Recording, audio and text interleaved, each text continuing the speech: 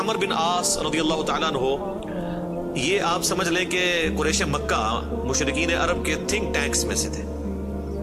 گفتگو کرنے کا بھی ان کو فن آتا تھا، اور معاملہ فہمی اور چیزوں کو ہینڈل کرنا یہ ان پہ ختم تھا، اور ینگ ایج کے اندر. اس کا اندازہ آپ اس بات سے لگائیں کہ جب مسلمان ہجرت کر کے نجاشی کے پاس چلے گئے تو مشرکین عرب نے اپنا سفیر بنا کر جس شخص کو بھیجا کہ وہاں پہ جا کے ایک عیسائی بادشاہ سے مقدمہ لڑ سکے اور نعوذ باللہ مسلمانوں کو وہاں سے دوبارہ ملک بدر کروایا جائے، تو جس شخصیت کا انتخاب کیا وہ عمر بن عاص تھے. اس وقت ظاہر وہ مسلمان نہیں ہوتے. برل وہاں پہ پھر قرآن کی طاقت کام آئی. حضرت علی کے جو بھائی تھے جعفر بن ابی طالب، انہوں نے سورہ مریم کی جب تلاوت کی نجاشی کے دربار میں، بسم اللہ الرحمن الرحیم، یا زکریا انا نبشرک بغلام اسمه يحيى لم نجعل له من قبل سميا قال ربي أنى يكون لي غلام وكانت امرأتي عاقرا وقد بلغت من الكبر عتيا قال كذلك قال ربك هو علي هين. تو پھر اللہ تعالیٰ کی گفتگو کے سامنے بڑے سے بڑا بھی کوئی سفیر ہو، اس کی زبان کا اثر تو پھر ختم ہو جاتا ہے. تو نجاشی کی حالانکہ عمر بن عاص سے بڑی پرسنل دوستی بھی تھی، یہ بڑے ان سے تحفے بھی ان کے لیے لے کے گئے، وہ تحفے بھی اس نے واپس کر دیے.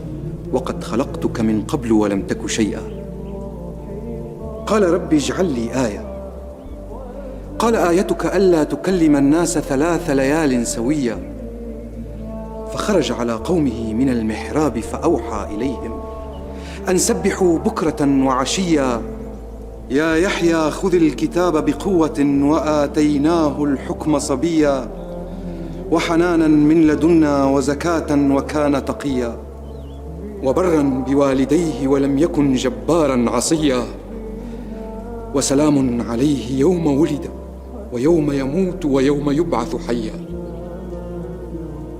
اس نے کہا بھائی لے جاؤ، تم سونے کے اگینسٹ بھی ان کو تولو نا تو میں تب بھی تمہیں یہ واپس نہیں کروں گا. ٹھیک ہے. پھر زمین سے اس نے تنکا اٹھا کے کہا کہ یہ جو سورہ مریم میں حضرت عیسیٰ کا سٹیٹس آیا نا کہ وہ اللہ کے بندے تھے، والله ما عدا عيسى ابن مريم ما قلت هذا الأول. اللہ کی قسم عیسیٰ ابن مریم ایک تنکے کے برابر بھی اس سے زیادہ ان کا مرتبہ نہیں تھا جتنا تم نے بیان کیا ہے. یعنی اس میں ہم غلو نہیں کر سکتے کہ انہیں ڈیوینٹی میں کلیم کر دیں. یہ سمجھدار لوگ تھے، یہ وہاں سے مایوس ہوئے. اسی دوران صلح حدیبیہ بھی ہو چکی تھی، مسلمانوں کی پاور تسلیم ہو چکی تھی. تو حضرت خالد بن ولید اور عمر بن عاص یہ دونوں بڑے جگری یار تھے. ایک بڑا بہترین پلانر تھا اور دوسرا بہت بڑا جنگجو تھا. تو صلح حدیبیہ کے بعد نا ان لوگوں کو اندازہ ہو گیا کہ اب اسلام کا گراف اوپر ہی جا رہا ہے. شرح صدر بھی ہو گیا. خالد بن ولید کا ایک بھائی تھا ولید ابن ولید، وہ مسلمان پہلے ہی ہو چکا ہوا تھا. تو وہ بھی کچھ اثر تھا خالد بن ولید کے اوپر کہ وہ اتنا بزدل تھا اور مسلمان ہونے کے بعد اتنا وہ طاقتور ہو گیا کہ اس نے مشرکین عرب کے قافلے لوٹنا شروع کر دیے. تو وہ اپنے دوستوں میں فخر کرتے تھے، حالانکہ ہے دشمن تھے لیکن کہتے تھے یار بہادر تھے، پھر نکلے نا میرا بھرا. یہ سارا کچھ نا عمر سیریز کے اندر انہوں نے فلمایا ہوا ہے. يضحكك ما حقه أن يبكيك؟ الوليد أخي الوليد ما علمت له عزما قبل اليوم. أجل والله إني لأنكر عمله وأفخر به. كيف يجتمعان؟ يجتمعان. تو حضرت عمر بن عاص جو ہیں وہ سمجھدار آدمی تھے، انہوں نے سمجھ لیا خالد بن ولید سے ملاقات ہوئی اور بائی چانس وہ حبشہ سے آ کے مدینہ شریف جا رہے تھے اسلام قبول کرنے، اور یہ مکے سے مدینہ جا رہے تھے. خالد إنك والله عمرو. راستے میں ملاقات ہو رہی اور دونوں ایک دوسرے کو بتانے کے لیے تیار نہیں ہو رہے کس لیے جا رہے ہیں.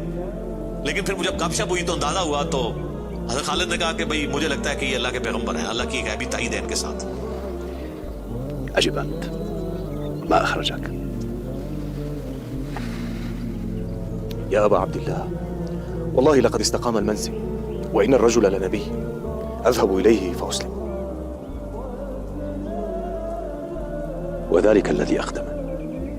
تو عمر بن عاص کہتے ہیں کہ مجھے بھی لگتا ہے ایسے. تو پھر کیا ارادہ ہے؟ کہتے ہیں ہم ان کی بیعت کر لیتے ہیں، اسلام قبول کر لیں. تو پھر انہوں نے اسلام قبول کیا. پھر نبی علیہ السلام نے ان کے ساتھ بڑی شفقت بھی فرمائی. کئی ایک چھوٹی مہمات کے اوپر بخاری مسلم میں آتا ہے کہ عمر بن عاص کو آپ نے کسی ایک خاص لشکر کا امیر بھی بنا کے بھیجا. اور پھر سیدنا عمر کے دور میں جنگ یرموک کے اندر بھی یہ جو بڑے بڑے چند کمانڈر جو تھے حضرت ابو عبیدہ ابن جرح کے ساتھ، ان میں عمرو بن عاص بھی شامل تھے. جنگ یرموک انہوں نے لڑی ہوئی ہے، رومن امپائر کے خلاف جو فیصلہ کن جنگ تھی. اس کے بعد پھر جب مصر کے فتح کرنے کی باری آئی تو مصر کے اوپر تو حضرت عمرو بن عاص کو ہی بھیجا تھا حضرت عمر نے. تو یہ فاتح مصر بھی ہیں. سعد ابن ابی وقاص فاتح ایران ہے اور یہ ہے فاتح مصر.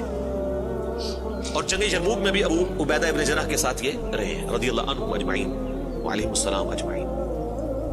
تو یہ ان کی زندگی کے اندر یہ اتار چڑھاؤ والا معاملہ رہا.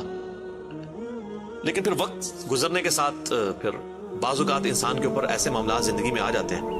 ہم کیوں بار بار بات کرتے ہیں کہ ربنا لا تزغ قلوبنا بعد اذ هديتنا وهب لنا من لدنك رحمة انك انت الوهاب. آمین. ڈر تو لگا رہنا چاہیے ہر وقت. وہ مشہور حدیث جو بخاری اور مسلم دونوں میں ہے، میں یقین کریں جب بھی وہ حدیث پڑھتا ہوں نہ کام اٹھتا ہوں. عقبہ بن عامر کہتے ہیں کہ نبی علیہ السلام نے اپنی وفات سے 1 مہینہ پہلے غزوہ احد کے شہداء کے قبرستان میں جا کے نماز جنازہ پڑھی اور وہیں پر ہمیں خطبہ دیا. اچھا، اس حدیث کے اینڈ پہ بڑے دردناک الفاظ ہیں. عقبہ بن عامر کہتے ہیں یہ آخری دفعہ میں نے نبی علیہ السلام کا دیدار کیا تھا، اس کے بعد میں نے حضور کو کبھی نہیں دیکھا. عقبہ بن عامر کہتے ہیں یہ والا جو خطاب ہوا تھا غزوہ احد کے شہداء کے اوپر، اس میں آپ علیہ السلام نے فرمایا کہ دیکھو مجھے اپنے بعد تم سے یہ خطرہ نہیں ہے کہ تم شرک میں مبتلا ہو جاؤ، مگر مجھے ڈر ہے کہ تم دنیا کے مال میں پھنس جاؤ گے، پھر ایک دوسرے کو قتل کرو گے جس طرح اگلی قوموں نے کیا، اور تم بھی تباہ و برباد ہو جاؤ گے جس طرح اگلے. یہ پچھلے دنوں میری ایک ویڈیو بھی ریکارڈ ہوئی ہے، مجھے تم سے شرک کا خدشہ نہیں. یہ حصہ نکالا ہوا اس میں سے. سر اس حدیث میں جو سوز و گداز تھا وہ آپ کو سمجھ ہی نہیں آیا وہ کیا تھا.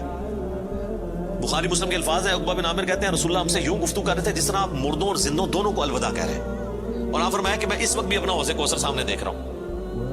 یعنی اللہ تعالیٰ نے آپ کو وہ سب کچھ سامنے دکھا دیا، اور میں تمہارا پیش رو ہوں، میں آگے جا رہا ہوں، تم نے میرے پیچھے آنا ہے. آپ ڈرا رہے تھے. تو اور وہی ہوا کہ نبی علیہ السلام کی وفات کے بعد پھر دنیا کی محبت کے غلبے کی وجہ سے بنو امیہ نے جو کام کیے، اور پھر جنگ جمل صفین اور نہروان، یہ ایک دردناک چیز ہے. یوٹیوب پہ میری کئی ایک ویڈیوز اس کے اوپر ریکارڈنگ ہے. اس حدیث میں بہرحال یہ آپ چیز نوٹ کریں کہ نبی علیہ السلام نے یہ خطبہ مسجد نبوی میں دینے کی بجائے قبرستان میں کیوں دیا ہے؟ اس کی 2 ریزنز تھی. اس لیے کہ وہ قبرستان تھا غزوہ احد کے میدان میں، جہاں پر ایک واضح فتح مال غنیمت سمیٹنے کی وجہ سے شکست میں بدل گئی تھی. حالانکہ رسول اللہ موجود تھے، لیکن دنیا کی محبت کا تھوڑے سے غلبے نے رسول اللہ کی موجودگی کی بھی پرواہ نہیں کی اللہ نے، اور فتح کو شکست میں بدل دیا. تو آج تو رسول اللہ موجود بھی نہیں ہے، ہمیں آپ کی دعاؤں کا بھی وہ حصہ نہیں ہے جو صحابہ کو نصیب تھا صلی اللہ علیہ وآلہ وسلم رضی اللہ عنہم اجمعین. اور دوسرا نبی علیہ السلام یہ میسج دینا چاہ رہے تھے کہ غزوہ احد میں وہ لوگ اس قبرستان میں دفن ہیں جنہوں نے محنتیں کی ہیں، اور پھل ملنے سے پہلے ہی وہ اسی فقر کی زندگی میں دنیا سے چلے گئے. حضرت حمزہ ابن عبد المطلب نے تو اسلام کا گولڈن پیریڈ نہیں دیکھا نا، ان تو قربانیاں دی ہیں نا. آپ اس سے اندازہ لگائیں، یہ میرا اجتہاد ہے اور یہ درست ہے کہ اگر رسول اللہ کی وفات کے وقت حضرت حمزہ زندہ ہوتے تو پہلے خلیفہ وہ بنتے، کیونکہ غزوہ بدر اور احد کے اندر نبی علیہ السلام نے آرمی چیف ان کو بنایا تھا. ابو بکر، عمر، عثمان و علی ان کے انڈر تھے. تو حمزہ بن عبد المطلب تو شہید ہوئے احد میں، ان کی لاش کا مسئلہ ہوا. نبی علیہ السلام نے یہ بھی میسج دیا کہ یہاں پہ، اور پھر وہاں تو اتنی دردناک حدیثیں ہیں بخاری مسلم میں کہ کفن کے لیے بھی کپڑا نہیں تھا، سر چھپاتے تھے تو پاؤں ننگے ہو جاتے تھے کہ یہ صاحب کے، پھر گھاس ڈال کے ایک قبر میں کئی مردے دفنائے گئے. تو نبی اسلام یہ بھی میسج دے رہے تھے کیونکہ آپ کو تو اللہ نے دکھا دیا نا. اسی حدیث بخاری مسلم میں آتا ہے کہ اللہ تعالیٰ نے زمین کے خزانوں کی چابیاں مجھے دے دی ہیں، جو بریلوی کہتے ہیں کہ حضور ہی سب کچھ بانٹ رہے ہیں. خدا کا نام ہے اور میرے بھائی، وہ بخاری مسلم میں باقی حدیث میں موجود ہے، وہ زمین کے خزانے رومن اور پرشین امپائر کے خزانے ہیں جو صحابہ نے فتح کرنے تھے، بیت المال میں آگے جمع ہونے تھے. یہ تھا اس سے مراد کہ مجھے اللہ تعالیٰ نے عطا فرمائی ہے، مجھے اللہ تعالیٰ نے دکھا دیا کہ میری امت کہاں تک پہنچے گی. وہ کئی ایک حدیث آپ کو مشکات کی نا 30 جلد میں نبی علیہ السلام کے فضائل کے چیپٹر میں وہ مل جائے گی. کئی لوگ ہمیں ای میل بھی کر رہے ہوتے ہیں یہ حضور کو جو چابیاں دی گئی ہیں تو پھر آپ جس کے پاس چابی ہے اس سے ہی مانگنا چاہیے. وہ یہ تھا، ٹھیک ہے، کہ وہ رومن اور پرشین امپائر کے خزانے مسلمانوں کو ملے. تو بہرحال اسی کی ایگزیکیوشن بعد میں ہوئی ہے، اور حضرت عمرو بن عاص بھی اس، یعنی آپ سمجھ لیں سسٹم کا کسی درجے تک حصہ بنے. اور یہ میں ان پہ کوئی فتویٰ نہیں لگا رہا، وہ خود مانتے تھے کہ میرے ساتھ ایسا معاملہ ہوا. مجھے حضرت عمرو بن عاص سے یہ چیز یاد ہے.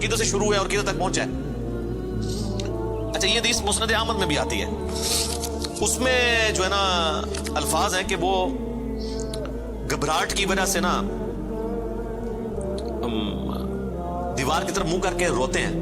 تو ان کا بیٹا جب پوچھتا ہے کہ کیا آپ موت کے خوف کی وجہ سے رو رہے ہیں, وہ کہتے ہیں میں موت کی وجہ سے نہیں رو رہا, میں رو رہا ہوں اس بات کو کہ مرنے کے بعد میرے ساتھ کیا بنے گا, موت کے بعد آنے والے حالات کے بارے میں.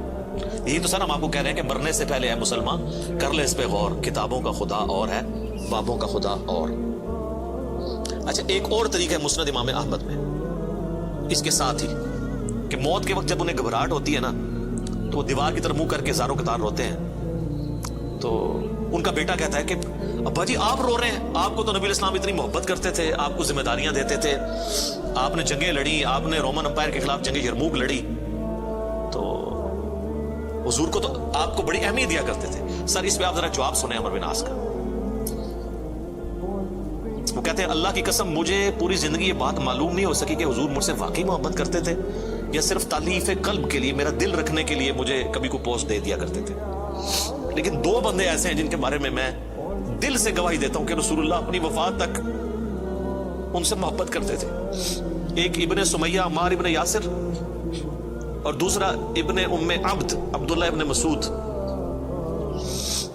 اب عمار بن یاسر ان کو کیسے بھول سکتا تھا, عمار کو تو مارا ہوا تھا انہوں نے صفین کے اندر. تو وہ کہہ رہے ہیں کہ حضور مجھ سے محبت کرتے تھے نا, تو مجھے نہیں لگتا کہ وہ اندر سے کرتے تھے یا میرا دل رکھنے کے لیے. بعض اوقات بندہ کسی کو oblige بھی کر دیتا ہے نا تعریف قلب کے لیے, لیکن دو بندے ایسے تھے میں کہتا ہوں کہ حضور واقعی ان سے محبت کرتے تھے, ابن سمیہ اور ابن ام عبد. پھر عبداللہ بن مسعود کے بارے میں اور عمار بن یاسر کے بارے میں جب انہوں نے یہ بات کی نا تو ان کا بیٹا کہتا ہے کہ پھر انہوں نے دیوار کی طرف منہ کر لیا اور زاروں کے تار رونا شروع کر دیا, اور پھر ساتھ ساتھ یہ بول رہے تھے کہ اے اللہ تو نے ہمیں جن باتوں کا حکم دیا ہم نے وہ کام چھوڑ دیے, اور تو نے ہمیں جن چیزوں سے منع کیا تھا ہم وہ کام کرتے رہے, اب تیری مغفرت کے سوا کوئی چارہ نہیں ہے. اور پھر ان کا بیٹا کہتا ہے کہ بس یہی جملے وہ پڑھتے رہے کہ ان کی روح پرواز کر کے آخری ان کا کلام یہی تھا کہ اللہ جو جن کاموں سے تو نے روکا وہ ہم کرتے رہے, اور جن چیزوں کا تو نے حکم دیا ہم اس کی مخالفت کرتے رہے, تیری مغفرت کے سوا کوئی چارہ نہیں ہے. تو اسی حدیث میں الفاظ ہیں کہ وہ جو میں نے بتایا مسند احمد والی جو حدیث ہے کہ میری زندگی میں جو 3 پیریڈ آئے اس میں انہوں نے پھر تیسرا کہا کہ پھر میں حکومتی معاملات میں بادشاہت کے معاملات میں پڑ گیا. صحیح مسلم میں تو ایمبیگوس الفاظ سے, مسند احمد والے طریق میں ہے کہ میں بادشاہت سے جا ملا, یعنی وہ ملوکیت والا وہ جو معاملہ تھا وہ اسی کو ہی رو رہے تھے. مسند امام احمد میں ایک حدیث ہے کہ جب عمار بن یاسر کی قتل کی خبر ملی جنگ صفین میں تو ایک شخص آ کے عمر بن عاص کو بتاتا ہے کہ عمار قتل ہو گئے ہیں. تو حضرت عمر بن عاص بلند آواز سے پڑھتے ہیں انا للہ و انا الیہ راجعون, اور وہ بھاگتے ہوئے حضرت معاویہ کے پاس جاتے ہیں اور کہتے ہیں کہ معاویہ تو عمار کو ہماری فوج نے قتل کر دیا, عمار قتل ہو گیا, اور میں نے رسول اللہ سے سنا تھا کہ عمار کو ایک باغی جماعت قتل کرے گی. تو حضرت معاویہ بجائے یہ کہ رجوع کرنے کے عمر بن عاص کو کہتے ہیں کہ تو اونٹ کی طرح اپنے پیشاب میں پھسلتا ہے, یعنی تجھے خود یہ اس حدیث کا پتہ ہے اور تو خامخواہ اس کا چرچا کر کے لوگوں کو بتانا چاہ رہا ہے کہ علی حق پہ ہے اور ہم نہ حق ہیں. تو ہم نے اس کو مارا ہے, اس کو تو علی نے مارا ہے, نہ علی لاتا اس کو اور نہ وہ جنگ کے اندر قتل ہوتا, یہ تو علی نے لا کے ہمارے نیزوں کے آگے اسے پھینکا ہے, نعوذ باللہ. اتنی باطل تعویل کی. اور المستدرک الحاکم میں اور باقی کتابوں میں حدیث کی ملتا ہے کہ جب حضرت علی کو اس کی خبر ملی نا تو انہوں نے کہا کہ پھر معاویہ یہ کہنا چاہتا ہے کہ حمزہ کا قاتل رسول اللہ تھے, کہ نہ وہ جنگ احد میں ساتھ لے کے آتے نہ حمزہ قتل ہوتا. تو جو شخص جس کی فیور میں قتل ہو رہا ہوتا ہے وہ تو اس کا قاتل نہیں ہوتا, مخالف ہی قاتل ہوتا ہے. تو پھر مسند احمد میں ایک اور حدیث ہے کہ عمار کے قتل ہونے کی جب خبر پہنچتی ہے نا تو حضرت عمر بن عاص کہتے ہیں کہ میں نے خود رسول اللہ سے سنا تھا کہ عمار کو باغی جماعت قتل کرے گی اور عمار کا قاتل اور مال لوٹنے والا آگ میں ہے. تو وہ جو شخص خبر لے کے آتا ہے نا اس کو بھی ہاتھ پاؤں پڑ جاتے ہیں کہ ایک میں ان کو خبر دے رہا ہوں, ان کو خود بھی پتا ہے تو یہ لوگ کیا کر رہے ہیں. تو حضرت عمر بن عاص اس کی بھی تعویل کرتے ہیں, وہ کہتے ہیں حضور نے جو جہنم کے بارے میں فرمایا تھا نا وہ عمار کے قاتل اور مال لوٹنے والے کے لیے تھا, وہ ہمارے لیے نہیں ہے. اگرچہ ہم بھی جنگ لڑ رہے تھے لیکن ہمارے ہاتھوں سے تو نہیں وہ قتل ہوا. حالانکہ صحیح بخاری میں حدیث ہے عمار کو باقی جماعت قتل کرے گی, اور یہ حدیث میں نے بتایا ہم کو پتا بھی تھی. جماعت کے بارے میں الگ سے میں نہیں کہتا دوزخ میں جائے گی, اللہ اور بندے کا معاملہ ہے. تو انہوں نے کہا کہ یہ مال لوٹنے والا اور قتل کرنے والے کے بارے میں. اب مسند احمد میں موجود ہے کہ وہ صحابی صلح حدیبیہ کا صحابی تھا, ابو الغادیہ جس نے عمار کو قتل کیا تھا، اور پوری زندگی پہ پھر وہ روتے تھے مجھ سے یہ کیا کام ہوا. تو اس پہ خیر ابن حجر اسقلانی نے بڑی کوشش کی ہے، انہوں نے بحث کی ہے کہ نہیں، صلح حدیبیہ کی فضیلت اسے کور کر لے گی، امید ہے کہ وہ جنت میں ہی جائے گا جہنم میں پھیرا لگائے بغیر. تو شیخ البانی نے پھر اس کے اوپر گرفت کی ہے کہ نہیں، جو عام فضیلت ہوتی ہے نا، جب کسی معاملے میں تخصیص آ جائے تو عام فضیلت اٹھ جاتی ہے. جب حضور نے فرما دیا نا کہ مار کا قاتل اور مال لوٹنے والا جہنم میں ہے، تو اب یہ ایک تخصیص آ گئی ہے. جب تخصیص آ جائے نا تو حکم عام اٹھ جاتا ہے اس شخص کے لیے، لہذا آپ یہ تعویل نہ کریں. شیخ البانی یعنی انہوں نے حق گوئی کا مظاہرہ کیا. بہرحال یہ اللہ اور بندے کا معاملہ ہے، ہم کوئی کسی کی آخرت کا فیصلہ نہیں کرتے. بہرحال یہ حقیقت ہے کہ حضرت علی اپنی وفات تک ان لوگوں سے ناراض رہے ہیں. المصنف ابن ابی شیبہ میں موجود ہے، تابعی کہتے ہیں ہم نے حضرت علی کے پیچھے نماز میں قنوت نازلہ پڑھی ہے. حضرت علی قنوت نازلہ میں پڑھتے تھے اللہم علیک بمعاویہ و اشیائہ و عمر ابن عاص و اشیائہ و ابا سلمی و اشیائہ. اس میں عمر بن عاص کا بھی نام ہے. اے اللہ معاویہ کے شیعہ اور معاویہ اور اس کے شیعہ کو برباد کر، عمر بن عاص اور ان کے شیعہ کو برباد کر. یہ حضرت علی قنوت نازلہ پڑھا کرتے تھے. اچھا انہوں نے اردو میں ترجمہ کیا ہے اے اللہ معاویہ اور اس کے شیعہ کو سنبھال لے. اب کیسا لفظ لفظ آتا ہے نبٹ لے. وہ آپ کہیں گے کہ سنبھال مطلب ہے کہ انہوں نے تو وہ طویل کریں گے. تو میں نے اس لیے ترجمہ کیا تباہ و برباد کر، کیونکہ یہ علیکہ کے ساتھ جب بات کی جاتی ہے نا تو یہ آپ قنوت نازلہ پڑھ رہے ہوتے ہیں نا یہود و نصارہ کے اوپر بھی، تو اس میں بھی اللہ علیکہ یہ تو نہیں ان کو سنبھال لے، سنبھال لیتے سانو ہی اللہ سانو سنبھال لیتے یار. تو وہ ترجمہ ایسا کرتے ہیں کہ وہ اس کو نا بدل دیتے ہیں. بہرحال آج کی ڈیٹ میں ہم تو یہی کہیں گے کہ حضرت عمر بن عاص رضی اللہ تعالیٰ عنہ کا موت کے وقت رونا اور اللہ کی طرف رجوع لانا، اللہ تعالیٰ ان کی غلطیوں کا کفارہ اس کو بنائے. باقی انشاءاللہ تعالیٰ ایک تو چیز ہے، حضرت عمر بن عاص کے لیے مجھے مولا علی سے ایک گارنٹی مل گئی ہے. مصنف ابن ابی شیبہ میں موجود ہے کہ اہل صفین کے بارے میں جب مولا علی سے پوچھا گیا تو انہوں نے کہا کہ میں امید کرتا ہوں کہ میری طرف سے شہید ہونے والے تو جنتی ہیں ہی ہیں، میرے مخالفین بھی جنتی ہیں. پھر قیامت والے دن اللہ کی بارگاہ میں معاملہ میرے اور معاویہ کے درمیان طے ہوگا. تو میرے خیال ہے حضرت عمر بن عاص کو مولا علی نے پھر قنوت نازلہ کے بعد یہ فرما کے نکال دیا، اور آپ دیکھ لیں وہ روئے بھی بہت ہیں آخری وقت میں. میں ویسے جب بھی یہ حدیث پڑھتا ہوں پھر عمر بن عاص کے لیے میرا دل نرم ہو جاتا ہے کہ انہوں نے مرنے سے پہلے اللہ کی طرف رجوع لائے رضی اللہ تعالیٰ عنہ وعلیہ السلام.